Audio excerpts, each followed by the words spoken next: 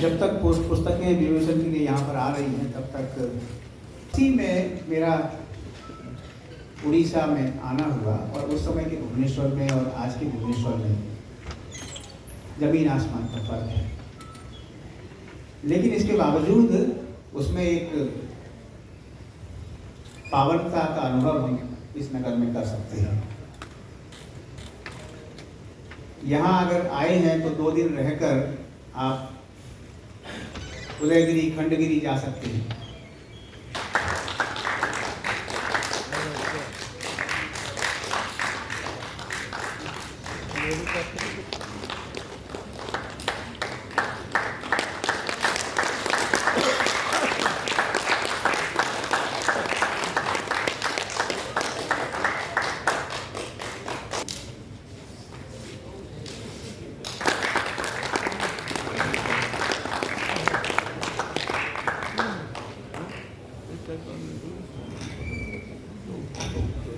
Doctor Lohia की ओडिया कृतियां निराशा के कर्तव्य, एक्शन इन गोवा और स्ट्रगल फॉर सिविल लिबर्टीज का विमोचन आदरणीय मुख्य अतिथि और विशिष्ट अतिथिगणों के करकमलों से। और ये जो माहौल है, ये जो सभागार है, बहुत पारिवारिक है। किसी औपचारिकता की ज़रूरत नहीं है, क्योंकि डॉक्टर राम मनोहर लोहिया ने भी ऐसी ही शुरुआत की थी, जिस वजह से जिसको लेकर आगे बढ़ रहे हैं आदरणीय अभिषेक रंजन जी, और उन्हें सारे हमारे आदरणीय ऑनरेबल हमारे पूर्व चीफ जस्टिस सर वो भी यहाँ पर मौजूद हैं। सबका शुभकामना, सबकी शुभकामना आशीर्वचन के साथ आगे बढ़ रहे हैं। एक बार सभी पत्रिकाओं के विमोचन के लिए जोरदार तालियां आप सबकी तरफ से। धन्यवाद। विचार को प्रकाशनों के माध्यम से फैलाया जा सकता है।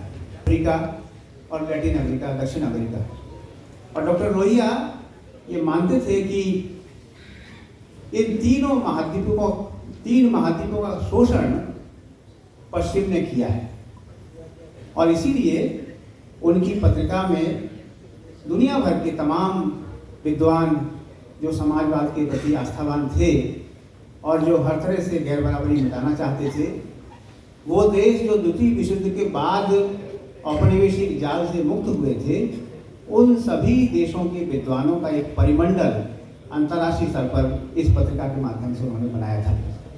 इस पत्रिका में लोहिया की यात्राओं का विवरण रहता था कि अगले 1 साल तक के उनके कार्यक्रम अक्सर उनके अंकों में देखने को मिलते थे।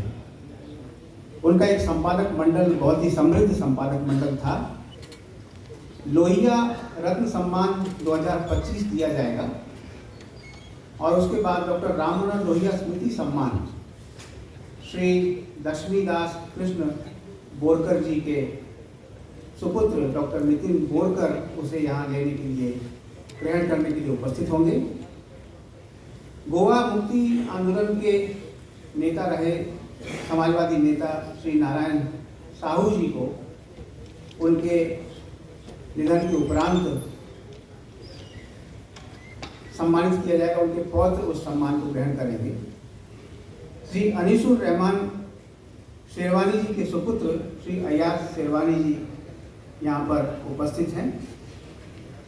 श्री गणनाथ प्रधान उड़ीसा के सुप्रसिद्ध समाजवादी नेता, उनको जो सम्मान दिया जाएगा उनके परिजन यहाँ पर उसे स्वीकार करेंगे। जिन्होंने सरोज की इतनी मधुर और सुंदर प्रस्तुति दी, तो श्री सात्विका माशा, उनका भी सम्मान इस मंच से होगा।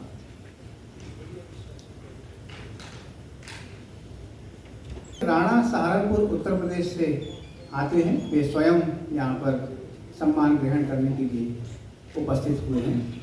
से जिसे अब कोलकाता कहा जाता है, वहाँ के एक नौजवान बुद्धिजीवी श्री सैकत नियोगी जी यहाँ पर उपस्थित हैं। वे स्वयं सम्मान ग्रहण करने के लिए इतनी दूर से आए हैं।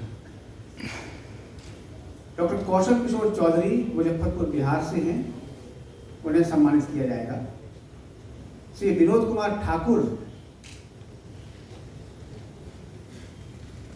उनको मरणोपरांत यहाँ पर सम्मान दिया जाएगा। उनके पुत्र कुमार नरोत्तम यहाँ पर उपस्थित हैं।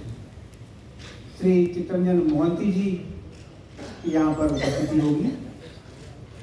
जौनपुर उत्तर प्रदेश, जो एक ज़माने में शर्की सुल्तानों की राजधानी हुआ करती थी, वहाँ से पधारे हैं आदरणीय परवेज आलम सिद्दीकी साहब।